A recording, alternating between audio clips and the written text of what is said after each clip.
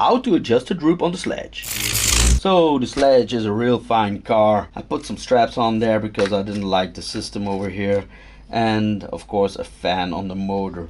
What doesn't it have too? It doesn't have any droop screws in the arms. I think it's a bummer, but we can fix that. Why you need droop screws? All the power gets on the shock, and it gets on the shock rod end. Now you're going to stretch the shock rod end, and after a couple of jumps, that's not so good. So we're going to adjust it that when the wheels get over here, it stays over here and it doesn't pull on the shock rod the whole time. So how can you do that? You can buy some techno screws for that, but everybody has stuff laying around, so I have M4x10s. The droop, you only set it once. You don't have to set it a couple of times, so if you set it once, it's more than adequate. You don't even have to remove anything. You put something underneath here, so you can push the arm more down like this, and it's going to be a tight fit, but it will work.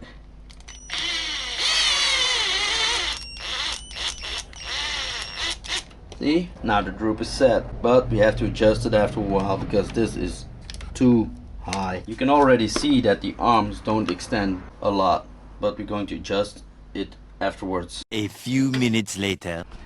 Like said, you only do it once. Now you can clearly see the difference, what the droop screw does. Here it's more turned in, it's sitting lower. Here it's more turned out, it's sitting higher. This is too much. This is too little. Take it to 0.5 and turn it a little bit in or out.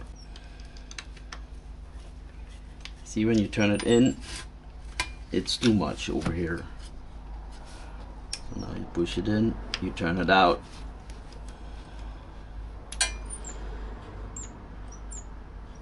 A little later.